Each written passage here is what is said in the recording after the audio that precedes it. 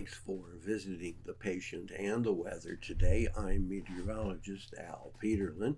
I'd like to talk about the weather stress forecast for February 26, 2026. We do keep additional graphics available at tpatw.com, and we maintain a patient weather storefront on Amazon. Amazon purchases made through our patient weather storefront support the activities of patient weather. We'll take a look at the surface map for Thursday, and you can see that high pressure is dominating the west, the east, almost everywhere except for the southeast, where there is that frontal system still hanging from Raleigh all the way across Birmingham, all the way down to San Antonio, with unsettled weather across Louisiana, Mississippi, into Tennessee, all the way up through Virginia, and finally turning a bit to snow even in southeastern Pennsylvania, New Jersey, and the southern stretches of New England.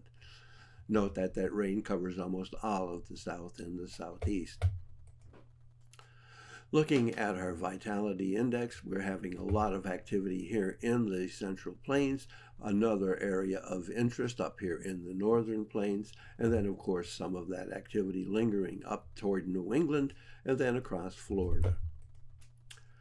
Looking at pressure change, because that is always of interest for those with migraine or arthritis, and you can see that really for much of the country what we have is rising pressure, high pressure up and down the plains across the Ohio Valley, all the way into the middle Atlantic states and extending on up into New England. Looking at temperature change, you'll see that we're doing a rather strong warm up here in the northern plains, and then a little bit more of a cool down, again in the northernmost reaches of New England. Dew point temperature change, very similar, with a little bit of drying out here in the west.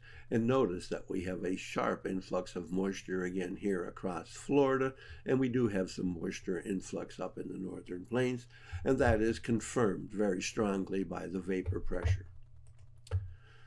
Looking at the risk of change in availability of oxygen, you'll see that for much of the country we have a risk of migraine across the Four Corners, up and down the plains from Texas into Kansas, and then across Missouri into southern Illinois, across the state of Kentucky and on into Ohio, in the middle Atlantic states, Pennsylvania, Virginia, New Jersey, and through up all of New England, and all of the Canadian cities from Windsor all the way up to Quebec.